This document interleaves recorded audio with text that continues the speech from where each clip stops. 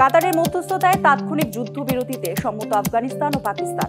স্থানীয় রবিবার ভোরে এক বিবৃতিতে তথ্য নিশ্চিত করেছে কাতারের পররাষ্ট্র মন্ত্রণালয়।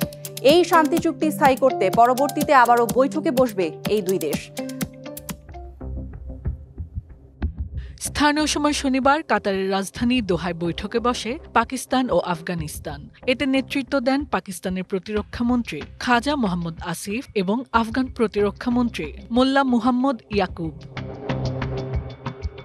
কাতার ও তুরস্কের যৌথ মধ্যস্থতায় আফগানিস্তান ও পাকিস্তানের মধ্যে শান্তি আলোচনা চলে টানা প্রায় ১৩ ঘণ্টা।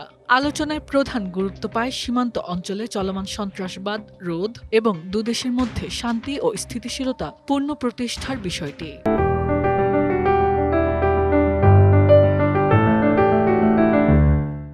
বৈঠকের শেষে রবিবার এক বিবৃতিতে কাতারের পররাষ্ট্র মন্ত্রণালয় জানায়, আফগানিস্তানের সঙ্গে তাৎক্ষণিক যুদ্ধবিরতিতে সম্মত হয়েছে পাকিস্তান। এছাড়া পাকিস্তানের প্রতিরক্ষা মন্ত্রী খাজা মোহাম্মদ আসিফ তার এক্সে দেয়া এক পোস্টে নিশ্চিত করেন, তারা একে অপরের ভূখণ্ডকে সম্মান করবেন। একই সাথে যুদ্ধবিরতি যেন কার্যকর থাকে সেটি নিশ্চিতে আবারও বৈঠকে বসবে এই দুই দেশ।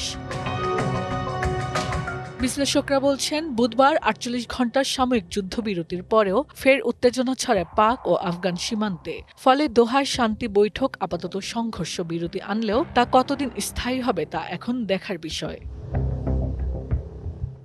Hasna Akter, DBC news desk.